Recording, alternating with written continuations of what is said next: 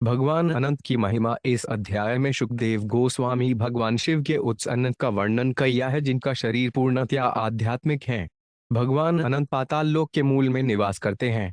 वे भगवान शिव के हृदय देश में सदैव निवास करने वाले हैं और इस ब्रह्मांड का संहार करने में इनकी सहायता करते हैं। अनंत बताते हैं कि इस विश्व का कैसे संहार हो, इसलिए वे कभी कभी तामसी अर्थात तमोगुणी कहे जाते हैं।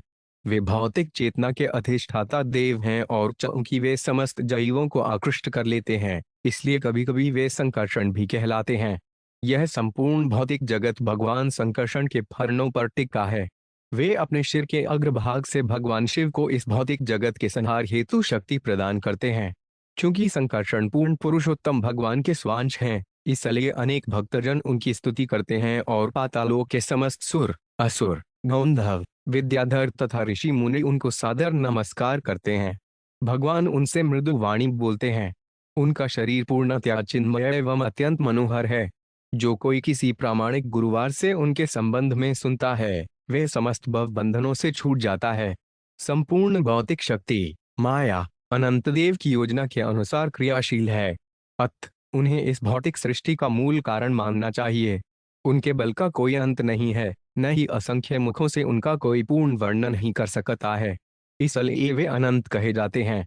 समस्त जीवों के प्रति दयालु होने के कारण उनका चिन्मय शरीर प्रकट हुआ। सुखदेव गोस्वामी महाराज परीक्षित से अनंत देव के यश का वर्णन इस प्रकार करते हैं। श्री शुक्र उवाच तस्य मूलदेशे तिषद्योजना सहस्त्रास्तर आस्ते अवय कला भगवतस्तामसी समाख्यातानंत इति सात्वत्या दृष्टहटश्ययो चडूषण महमितिभिमान लक्षणम ये सडूषण मित्याचक्षते। एक शब्दार्थ श्री सुखदेव गोस्वामी ने महाराज परीक्षित से कहा, हे राजन, पाताल लोक से 2,40,000 मील नीचे श्री भगवान के एक अन्य अवतार निवास करते हैं। वे भगवान अनंत अथवा भगवान संकर्षण कहलाते हैं और भगवान विष्णु के अंश हैं। वे सदैव दिव्य पद पर आसीन हैं, किंतु तमोगुणी देवता भगवान शिव के आराध्य होने के कारण कभी कभी तामसी कहलाते हैं। भगवान अनंत सभी बद्ध जीवों के अहं तथा तमोगुण के प्रमुख देवता हैं। जब बद्ध जीव यह सोचता है कि यह संसार भोग्य है और मैं उसका भोगता हूं, तो यह जीवन दृष्टि संकर्षण द्वारा प्रेरित होती है। इस प्रकार संसारी बद्ध जीव स्वयं को ही परमेश्वर मानने लगता है। तात्पर्य, मायावादी दार्शनिकों की तरह ही मनुष्यों का एक वर्ग है जो आह ब्रह्मास्मि तथा सोहन वैदिक मंत्रों का अर्थ मैं ही परब्रह्म हूँ तथा मैं ईश्वर से अभिन्न हूँ लगाता है। इस प्रकार की झूठी विचारधारा एक प्रकार का मोह है। इसका वर्णन श्रीमद् भागवत 5.5.8 में जन्म से मोह 5 मलयति के रूप में हुआ है। जैसा कि उपर्युक्त श्लोक में कहा गया है, इस झूठी विचारधारा के प्रेरक श्रीमूर्ति भगवान संकर्षण है। श्री कृष्ण ने भगवद गीता 15.15 में इसकी पुष्टि की है। सर्वस्यर्चा हृदय सत्रिविष्टो मतस्मृतिज्ञानिम पुहन क। मैं सब प्राणियों के हृदय में स्थित हूँ और मुझसे ही स्मृति, ज्ञान तथा विस्मृति उत्पन्न होती है। ईश्वर सबों के हृदयों में संकर्षण रूप में स्थित हैं और जब कोई असुर अपने आप को परमेश्वर से एकाकार मानता है, तो ईश्वर उसे उस अंधकार में रहने देते हैं। यद्यपि ऐसा आसुरी जीव परमेश्वर का एक नगण्य विभिन्न अंश मात्र होता है, किंतु जीव अपनी वास्तविक स्थिति को भूलकर अपने को परमेश्वर समझने लगता है। चूंकि ऐसी विस्मृति भगवान संकर्षण द्वारा उत्पन्न की जाती है, इसलिए कभी कभी उन्हें ढामसी कहा जाता है। तामसी शब्द से यह इंगित नहीं होता कि उनका भौतिक शरीर है। वे सदैव दिव्य है, किंतु तामसी कार्यों के कर्ता भगवान शिव की परम आत्मा होने के कारण संकर्षण कभी कभी तामसी कहलाते हैं। यस्यद्वंचितिमंडलं भगवतो 5 नंतमूर्ते सहस्न शीरस एकस्मिनेव शीर्षणिश्चयमाणं सिद्धार्थ इव लक्ष्यते। 2 शब्दार्थ सुखदेव गोस्वामी ने आगे कहा, भगवान अनंत के सहस्त्र फणों में से एक फण के ऊपर रखा हुआ यह विशाल ब्रह्मांड श्वेत सरसों के दाने के समान प्रतीत होता है। भगवान अनंत के फण की तुलना में यह नगण्य है।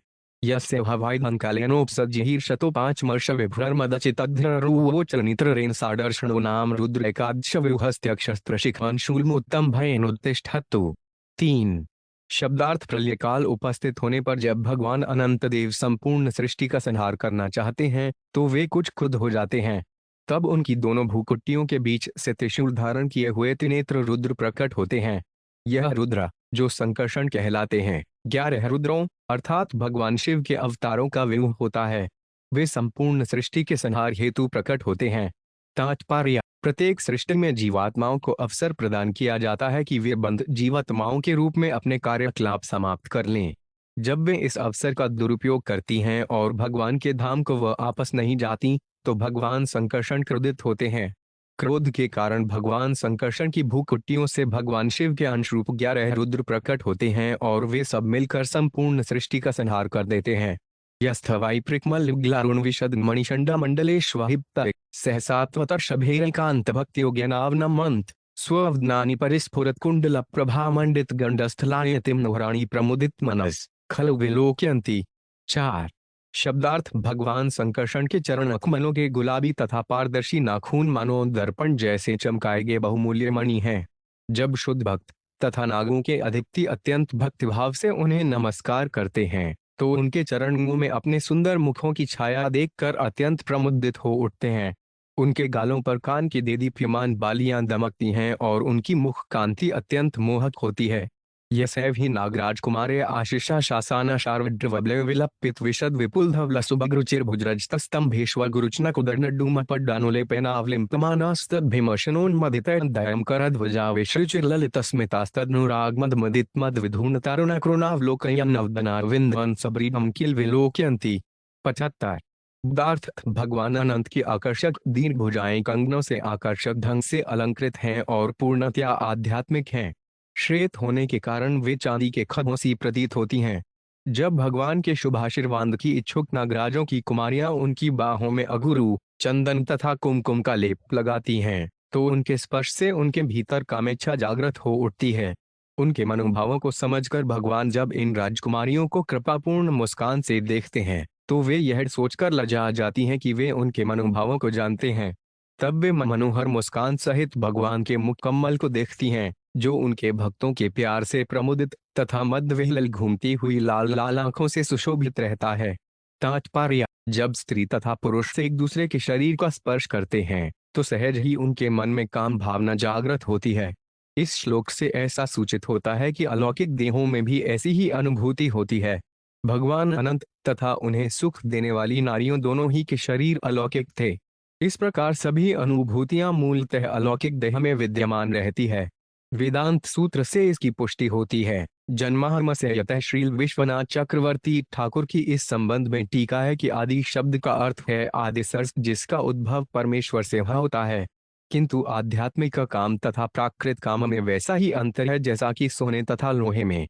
जो आत्म साक्षात्कार में जितना ही अधिक सिद्ध होगा, वह राधा एवं कृष्ण अथवा कृष्ण एवं ब्रज की बालाओं के मध्य की काम भावनाओं को समझ सकता है। इसीलिए जब तक कोई अति अनुभवी तथा आत्मसिद्ध न हो, उससे कृष्ण और गोपियों की काम भावनाओं की चर्चा करने के लिए निषेध किया जाता है। किंतु यदि कोई शुद्ध एवं निष्ठावान भक्त हो, तो गोपी एवं कृष्ण की काम अनुभूतियों की चर्चा करते समय उसका हृदय पूर्णतया काम रहित होता है और वह आध्यात्मिक जीवन में तेजी से उन्नति करता है। स्वयं भगवान अंतो 5 नंत गुणार्णवादिदेव उपसनहतामर्ष रोष वे गोलोकान आस्वस्तय आस्ते। 6 शब्दार्थ भगवान संकर्षण अनंत दिव्य गुणों के सागर हैं, जिससे वे अनंत देव कहलाते हैं। वे पूर्ण पुरुषोत्तम भगवान से अभिन्न हैं। इस जगत के समस्त जीवों के कल्याण हेतु वे अपने क्रोध तथा अपनी असहनशीलता को रोके हुए अपने धाम में निवास करते हैं। तात्पर्य: अनंत देव का मूल उद्देश्य इस भौतिक सृष्टि को विलय करना है, किंतु वे अपने रोष तथा अमर्ष को रोके रहते हैं। इस जगत को सृष्टिबंध जीवात्माओं को भगवान के धाम जाने के लिए एक और अवसर प्रदान करने के लिए को जाती है, किंतु अधिकांश जीव इस अवसर का लाभ नहीं उठाते। सृष्टि के बाद वे भौतिक जगत पर फिर से अपना प्रभुत्व जताना चाहते हैं। इन क्रियाओं से अनंत देव क्रुद्ध हो उठते हैं और संपूर्ण भौतिक जगत को विनष्ट कर देना चाहते हैं। किंतु श्री भगवान होने के कारण वे हम पर दयालु हैं और अपने रोष तथा अमर्ष को रोक लेते हैं। कभी कभी ही वे अपना रोष प्रकट करते हैं और भौतिक जगत का विनाश कर देते हैं। ध्यायमान सुरासुरोर्ग सिद्ध गंधर्व विद्याद्रम निगणैर्नवरत मदमुदित विकृत विललोचन सुलित मुक्तिकामृतेनाप्यायमान स्वपार्षद विबुधियुत्थ्रटीन परिम्लान रागनव तुलसिका मोद मध्वा स्वेन माद्यन मधुकृवात मधुर्गीत श्रियान वैजयंती स्वाम वनमाला नीलवासा एकुंडलो हल्का कुदीकृत सुभग सुंदर भुजो भगवान महेंद्रो वारणेन्द्र काजननी कक्षामुदार लीलो बिभर्ती। 7 शब्दार्थ सुखदेव गोस्वामी आगे बोले, देवता, असुर, उरग, सर्पदेव, सिद्ध, गंधर्व, विद्याधर तथा अनेक सिद्ध संतजन भगवान की निरंतर प्रार्थना करते रहते हैं। मद के कारण भगवान विह्वल प्रतीत होते हैं और उनके नेत्रपूर्ण पुष्पित फूलों की भांति इधर उधर गति करते हैं। वे अपने मुख से निकली मधुर वाणी से अपने पार्षदों देवताओं के प्रमुखों को प्रसन्न करते हैं। नीलांबर और कान में एक कुंडल धारण किए हुए वे अपनी पीठ पर हल को अपने दो सुगढ़ हाथों से पकड़े हुए हैं। वे इंद्र के समान श्वेत लगते हैं। वे अपनी कटी में स्वर्णिम मेखला और गले में चिर नवीन तुलसी दलों की बैजयंती माला धारण किए हैं। तुलसी दलों की मधु जैसी गंध से आकर्षित होकर मधुमक्खियां माला के चारों ओर मंडराती रहती हैं, जिससे माला और भी सुंदर लगने लगती है। इस प्रकार भगवान दिव्य लीलाओं में संलग्न रहते हैं। यह एवं श्रुतोध्यायमानो मुमुर्षुनाम्नादिकाल कर्म वासना ग्रदित्म विद्याम्य अनुहृद्य ग्रंथि सत्वरजस्तमोम यमंतै दिवंगत आशु निर्भिनति तस्वानुभावान भगवान स्वयंभुवो नारद सह तुम बुरुना सभायां ब्राह्मण सवन श्लोक्यामास। डबलडंडा 8। शब्दार्थ यदि भौतिक जीवन से मुक्ति पाने के इच्छुक पुरुष शिष्य परंपरा से प्राप्त गुरुवार के मुख से अनंत देव के यश को सुनते हैं और यदि वे संकर्षण का निरंतर ध्यान धरते हैं तो भगवान उनके अंतःकरण में प्रवेश करते हुए प्रकृति के तीनों गुणों के सारे कल्मश को दूर कर देते हैं और हृदय की उस कठोर ग्रंथि को काट देते हैं जो सकाम कर्मों के द्वारा प्रकृति पर प्रभुत्व पाने की अभिलाषा के कारण अनंत काल से हृदयता से बंधी हुई है। भगवान ब्रह्मा के पुत्र नारद मुनि अपने पिता की सभा में अनंत देव के यश का सदैव गान करते हैं। वहां वे अपने द्वारा रचित शुभलोकों का गान अपने तंबूरे के साथ करते हैं। तात्पर्य: भगवान अनंत देव के इन वर्णनों में से कोई भी काल्पनिक नहीं है। वे सभी दिव्य आनंद एवं ज्ञान से पूर्ण हैं, किंतु जब तक कोई उन्हें परंपरागत प्रामाणिक गुरुवार से प्रत्यक्ष नहीं सुनता, उन्हें नहीं समझ पाता। इस ज्ञान को ब्रह्मा जी ने नारद मुनि को दिया और महामुनि नारद अपने संगी तंबूरे सहित इस ज्ञान को विश्व भर में वितरित करते हैं। कभी कभी श्री भगवान को उत्तम श्लोक कहकर वर्णित किया जाता है। नारद मुनि भगवान अनंत की प्रशंसा में अनेक श्लोक बनाते हैं, इसलिए इस श्लोक में सन श्लोक्याम आस चुने हुए श्लोकों से शब्द का व्यवहार हुआ है। गौड़ीय संप्रदाय के वैष्णव ब्रह्मा जी से चली आने वाली शिष्य परंपरा से संबद्ध हैं। ब्रह्मा जी नारद के गुरुदेव हैं, नारद व्यास देव के गुरुवार हैं तथा व्यास देव ने श्रीमद् भागवत की रचना के दांत सूत्र की टीका के रूप में की। फलत गौड़ीय संप्रदाय के समस्त भक्तगण श्रीमद् भागवत में वर्णित भगवान अनंत की क्रियाओं को प्रामाणिक मानते हैं और इस प्रकार उन्हें भगवान के धाम में वापस जाने का लाभ प्राप्त होता है। बद्धजीव के हृदय का कल्मश कूड़े के ढेर के समान है जो 3 प्रकार के गुणों द्वारा, विशेष रूप से रजो तथा तमो गुणों के द्वारा उत्पन्न होता है। यह कल्मश कामेच्छा एवं धन की लालसा के रूप में प्रकट होता है। जैसा कि यहाँ पुष्टि की गई है, जब तक मनुष्य को परंपरागत दिव्य ज्ञान प्राप्त नहीं हो जाता, तब तक उसके इस कल्मश से शुद्ध होने का कोई प्रश्न नहीं उठता। उत्पत्ति स्थिति लय हेतु 5 से कल्पा सत्वाद्या प्रकृति गुणा यदीक्षया सन यद्गप्श्रुवमकृतान्यदेकमात्मन नानाधात कथमुहवेद तस्य वर्त्म। 9। शब्दार्थ पूर्ण पुरुषोत्तम भगवान की दृष्टि फेरने से ही जगत की उत्पत्ति, स्थिति तथा प्रलय के कारण स्वरूप भौतिक प्रकृति के गुणों को अपने अपने कार्य में समर्थ कर देते हैं। परमात्मा अनंत तथा अनादि हैं और एक होते हुए भी अपने को नाना रूपों में प्रकट करते हैं। भला ऐसे परमेश्वर के कार्यों को मानव समाज कैसे जान सकता है? तात्पर्य: वेदों से हमें ज्ञात होता है कि परमेश्वर भौतिक प्रकृति पर दृष्टि डालते सक्षत हैं तो प्रकृति के 3 प्रकार के गुण प्रकट होते हैं और भौतिक जगत उत्पन्न होता है और भौतिक विविधता सूजित होती है। जब तक वे भौतिक शक्ति पर दृष्टिपात नहीं करते, तब तक इस भौतिक जगत की सृष्टि, पालन और लय की कोई संभावना नहीं रहती। ईश्वर सृष्टि के पहले से विद्यमान है, फलत वे सनातन और अपरिवर्तनशील हैं। अत कोई कितना भी महान वैज्ञानिक या दार्शनिक क्यों न हो, वे श्री भगवान के कार्यों को विधि को कैसे जान सकता है? चैतन्य भागवत आदि खंड 1.48 से 52 तथा 1.58 से 69 के निम्नलिखित उदाहरण भगवान अनंत के यश को बताने वाले हैं कि ब्रह्मा, कि शिव, कि सनकादि कुमार व्यास, शुक, नारद आदि भक्त नाम योग, ब्रह्मा जी, शिव जी, चारों कुमार, सनक, सनातन, सनंदन तथा सनत कुमार, व्यासदेव, शुक देव गोस्वामी तथा नारद, ये सभी ईश्वर के शुद्ध भक्त अथवा सनातन दास हैं। सवार पूजित श्री अनंत महाशय, सहस्त्रवदन प्रथु, भक्ति रसमय, उपरयुक्त ये सभी विशुद्ध भक्त जन भगवान श्री अनंत की आराधना करते हैं। वे सहस्त्र फणों वाले तथा समस्त भक्ति के आगार हैं। आदिदेव महायोगी ईश्वर वैष्णव महियार अंत यहाँ न जाने सब भगवान अनंतादि पुरुष तथा योग के महानुनियंता हैं। साथ ही वे भगवान के दास या वैष्णव हैं। उनकी महिमा का कोई अंत नहीं है, अतः उन्हें पूर्णतया नहीं समझा जा सकता। सेवन शून्यला ए बेशुन ठाकुरयाल आतंत्र येन मते वैसेन पाताल। ईश्वर के प्रति उनके सेवा भाव का मैं पहले ही वर्णन कर चुका हूँ। अब आप सुने कि आत्मनिर्भर अनंत देव पातालोक में किस प्रकार अवस्थित हैं। और ये नारद गोया जी उपगुरु करे संगे से यश गायन ब्रह्मास्थान ये लोक वंदे। महामुनि नारद अपने कंधे पर तुम्बुरु धारण किए हुए भगवान अनंत की महिमा का सदैव गायन करते रहते हैं। उन्होंने भगवान की प्रशंसा में $नेक दिव्य श्लोकों की रचना की है। सृष्टि स्थिति प्रलय सत्वादि यत गुण यार दृष्टि पाते हैं या पुनः भगवान अनंत की दृष्टि मात्र से प्रकृति के तीनों गुणों की अंतःक्रिया होती है और सृष्टि स्थिति तथा प्रलय उत्पन्न होते हैं। ये गुण पुनः प्रकट होते रहते हैं। अद्वितीय रूप सत्य अनादि महत्व तथापि अनंत है के बुझे से तत्व। भगवान अद्वितीय तथा अनादि सत्य रूप हैं, अत वे अनंत देव कहलाते हैं। भला उन्हें कौन समझ सकता है। शुद्ध सत्व सुरति प्रभु धरेन करुणाव ये विग्रह सबार प्रकाश सुलीलाय। उनका स्वरूप पूर्णत आध्यात्मिक है और वे केवल अपनी करुणा से उसे प्रकट करते हैं। इस भौतिक जगत के सारे कार्यकलाप केवल उन्हीं के रूप के द्वारा संचालित हैं। यहाँ तरंग शिखे सिंह महावली निज जनगणो रजले भजा कुतूहली।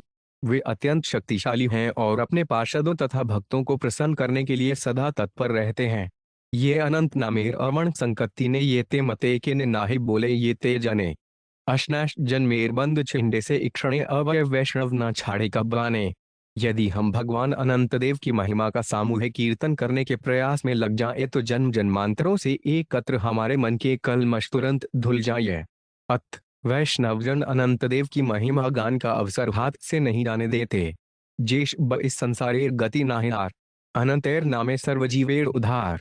भगवान अनंत शेष अपरिमित अंत कहलाते हैं क्योंकि वे इस भौतिक जगत से होकर जाने वाले हमारे मार्ग का अंत करने वाले हैं। उनकी महिमा के कीर्तन मात्र से प्रत्येक प्राणी मुक्त हो सकता है। अनंत पृथ्वी गिरि समुद्र सहित ये पृथुधरेन गिरे पालन करते। अनंत देव अपने सिर पर विशाल सागर तथा पर्वतों से युक्त लाखों ग्रहों वाले संपूर्ण ब्रह्मांड को धारण करते हैं। सहस्र फणार एक फणे बिंदु येन अनंत विक्रम न जानेन आछेन ते इतने विराट एवं शक्तिमान हैं कि यह ब्रह्मांड उनके एक फण पर जल बिंदु के समान टिका हुआ है। वे नहीं जान पाते कि यह कहाँ पर है। सहस्न वदने कृष्ण यर्णन निरंतर गाइते आचैन आदि देव महीधर। श्री अनंत देव अपने एक फण में ब्रह्मांड को धारण किए अपने सहस्नों मुखों से श्री कृष्ण का यशोगान करते हैं। गायन अनंत श्री यशनेर नाहि अंत जय भंग नाहिकारो दोहे बलवनंत। यद्यपि वे अनंत काल से भगवान श्री कृष्ण का यशोगान करते रहे हैं किंतु उसका कोई अंत नहीं मिला है। अध्यापक शेष देव सहस्न श्री खे गायन चैतन्य यश अंत नाहे देखे। आज भी भगवान अनंत श्री चैतन्य महाप्रभु के यश का गान कर रहे हैं और इसका कोई अंत नहीं है। एक मूर्ति है पुरो कृपया बभार सत्वन संशुद्धवन सत सदीमन विभाति तत्र ये लीला मृगप्तिरादेन नवद्यामा दातु स्वजनम नानसे दारवीरे। 10 शब्दार्थ पूर्ण पुरुषोत्तम भगवान के भीतर स्थूल व सूक्ष्म जगत का अस्तित्व विद्यमान है। अपने भक्तों पर अहेतु की कृपावश वे विभिन्न दिव्य रूपों को प्रदर्शित करते हैं। परमेश्वर अत्यंत उदार हैं एवं उनमें समस्त योग शक्तियां हैं। अपने भक्तों के मन को जीतने तथा उनके हृदय को आनंदित करने के लिए वे नानाविध अवतारों में प्रकट होते हैं और अनेक लीलाएं करते हैं। तात्पर्य श्रील जीव गोस्वामी ने इस श्लोक का अनुवाद इस प्रकार किया है। श्री भगवान समस्त कारणों के कारण स्वरूप है मैं। उनकी इच्छा से ही स्थूल तथा सूक्ष्म अवयव परस्पर क्रिया करते हैं। वे अपने शुद्ध भक्तों के हृदयों को प्रमुदित करने के लिए ही विभिन्न रूपों में अवतरित होते हैं। उदाहरणार्थ अपने भक्त को प्रसन्न करने के लिए परमेश्वर पृथ्वी को गर्भोदक सागर से उठाने के लिए भगवान वराह के दिव्य रूप में अवतरित हुए। चनाम श्रुतमनु कीर्तयद कस्मादार्तो वा यदि पततः प्रलंभनाद्वा हन्त्यनः सप्ति नृणाम शेष मयान कंपनी शेषाद भगवत आश्रय मुमुक्षु। 11 शब्दार्थ यदि कोई आर्त अथवा पतित व्यक्ति भी प्रामाणिक गुरुवार से भगवान का पवित्र नाम सुनकर उसका जप करता है तो वह तुरंत पवित्र हो जाता है। यदि वह हंसी में अथवा अकस्मात भी भगवान नाम का जप करता है तो वह तथा जो उसे सुनता है समस्त पापों से मुक्त हो जाते हैं। अतः भौतिक बंधनों से छुटकारा चाहने वाला व्यक्ति भगवान शेष के नाम जप से कैसे कतरा सकता है? भला वे और किसकी शरण ग्रहण करे? मूर्धन्यर्पितमनुवत् सहस्त्रमूर्धनो भूगोल सकीरसिरत समुद्र सत्वम आनंत्याग्निमित विक्रमस्य भूमको वीर्याण यदि गणेत सह सत्रजी है। 12 शब्दार्थ अपरिमित होने के कारण ईश्वर की शक्ति का अनुमान नहीं लगाया जा सकता। अनेक विशाल पर्वतों, नदियों, सागरों, वृक्षों तथा जीवात्माओं से पूर्ण यह संपूर्ण ब्रह्मांड उनके सहस्त्रों फरणों में से एक के ऊपर अणु के समान टिका हुआ है। भला सहस्त्र जिलाओं से भी क्या कोई उनकी महिमा का वर्णन कर सकता है? एवं प्रभावो भगवानंतो दुरंतव्योर्गुणानुभाव मूले रसाया स्थित आत्मतंत्रो योलीलक्ष्मा स्थिते बिभर्ति। 13 शब्दार्थ उन शक्तिमान भगवान अनंत देव के महान एवं यशस्वी गुणों का कोई पारावार नहीं है। वास्तव में उनका शौर्य अनंत है। स्वयं आत्मनिर्भर होते हुए भी वे प्रत्येक वस्तु के आधार हैं। वे पातालोक में वास करते हैं और इस संपूर्ण ब्रह्मांड को धारण किए रहते हैं। एता हो वे गंतव्यागत्यो यथा कर्म विनिर्मिता यथोपदेश मनुवर्णिता कामांक्राम यमानय। 14 शब्दार्थ है राजन, मैंने अपने गुरुवार से जैसा सुना था उसी रूप में मैंने बद्ध जीवों के सकाम कर्मों एवं कामनाओं के अनुसार इस जगत की सृष्टि का पूर्ण वर्णन आपसे किया है। भौतिक कामनाओं से पूर्ण बद्ध जीवों को विभिन्न लोकों में अनेक स्थान प्राप्त होते रहते हैं और इस प्रकार वे इसी भौतिक सृष्टि के भीतर रहते चले आते हैं। तात्पर्य इस प्रसंग में श्रील भक्ति विनोद ठाकुर का गीत है, अनादिक्रम फले पड्डी भवार्णव जले तरिनारे ना देखे उपाय। हे प्रभो, मैं यह नहीं जानता कि मेरा भौतिक जीवन कब प्रारंभ हुआ, किंतु मुझे इसका पूरा अनुभव होता है कि मैं अज्ञान के इस भवसागर में गिर गया हूँ। अब मैं यह भी देख सकता हूँ कि आपके चरण कमलों की शरण के अतिरिक्त उसमें से निकलने का कोई दूसरा उपाय नहीं है। इसी प्रकार श्री चैतन्य महाप्रभु प्रार्थना करते हैं, आई नंदत्नुज किंकर अनपत्तित मां विस्मय भवाम बुद्धो कृपया तपाद पंकज स्थित धूलि सहर्षण विचिंतय। हे भगवान नंद महाराज के पुत्र, मैं आपका चिरंतन दास हूँ। न जाने मैं कैसे अज्ञान के इस भवसागर में गिर गया हूँ। अत कृपा करके भौतिक जीवन की विषम स्थिति से मेरा उद्धार कीजिए।